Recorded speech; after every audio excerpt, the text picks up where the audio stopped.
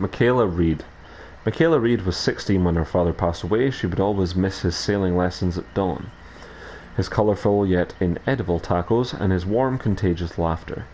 She felt like she was paddling in a vast storm-black ocean, each rolling wave submerging her, drifting in painful darkness.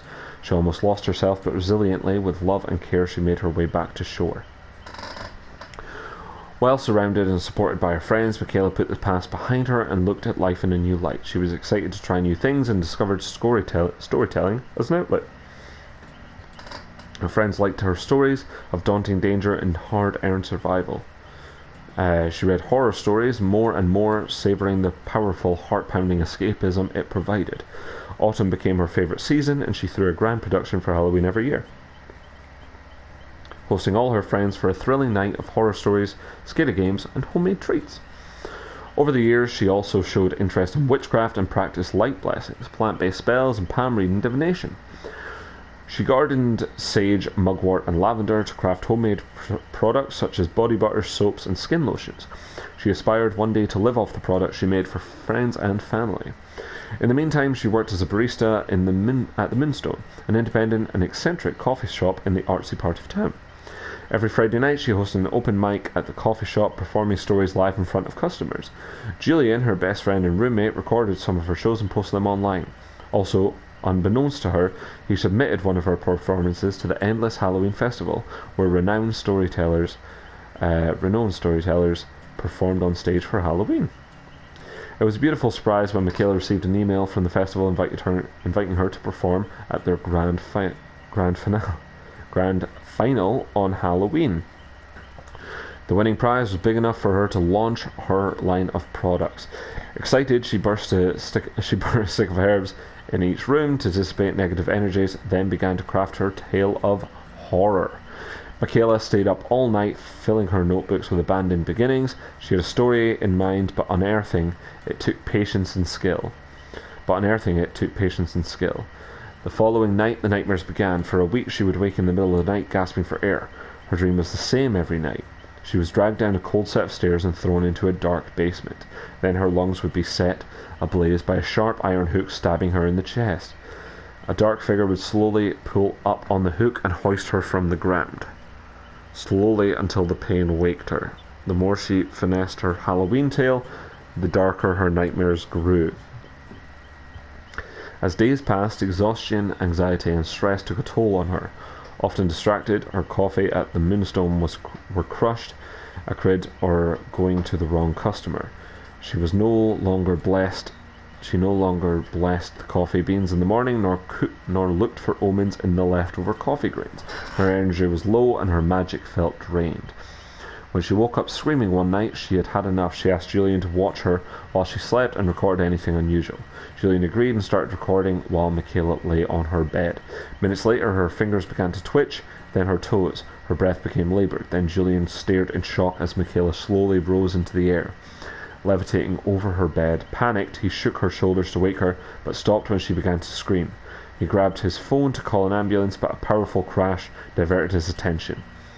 He looked down the hallway and saw a large spidery fang slam through the bathroom door. Amidst the commotion, Mikaela awoke. She saw the black spidery fang shredding the bathroom door and jumped out of bed. She slammed her bedroom door shut and shouted to Julian to help her barricade the door. Before he could react, however, the power went out. The room was submerged in sudden darkness. A second later, the lights came back on and an eerie quietness followed. Mikaela and Julian ventured out the bedroom carefully. The bathroom door looked intact and there was no sign of anything abnormal, but Julian had recorded every sound. A sleepless night followed. When she returned to the apartment after her shift, Julian was not there. Mikaela wanted him to remove the recording of their ordeal, which she had posted online. Suspecting Julian might be at school, she left. The door clicked shut behind her, masking a stifled cry from the bathroom. As she neared her car, she looked over her shoulder. Mikaela felt watched. She whispered a protective spell and clutched her key. Suddenly, a shadow pounced on the wall, and she broke into a run. She reached her car and rushed inside, locking the doors, breathing hard. She looked through the windows. No one was there. Perhaps it was her nerves playing tricks on her. She turned on the ignition and drove off. The next day, Julian was still nowhere to be found. Mikaela had contacted everyone she knew. She looked for him all day and waited for him all night. Distraught and anxious, she missed her shift at the Moonstone. Halloween was tonight, and so was the festival. Julian had entered the storytelling competition for her. He had supported her every time she doubted himself maybe he would be there. But between the nightmares and Julian's disappearance, she had been too worried to prepare a story for the contest. She looked at her notebook filled with false starts. She could stay home scared and sleepless, or she could finish what Julian had started. There was a reason why she loved to tell horror stories. They made her feel brave enough to face any challenge.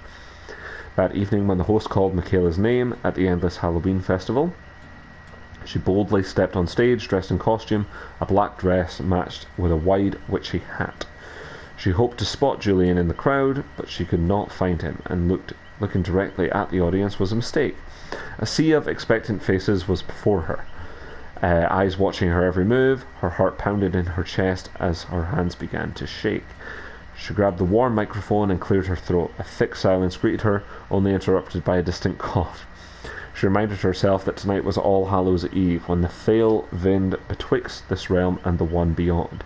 She had a story in her heart, a story that mattered. If she told it right, perhaps Julian would hear it.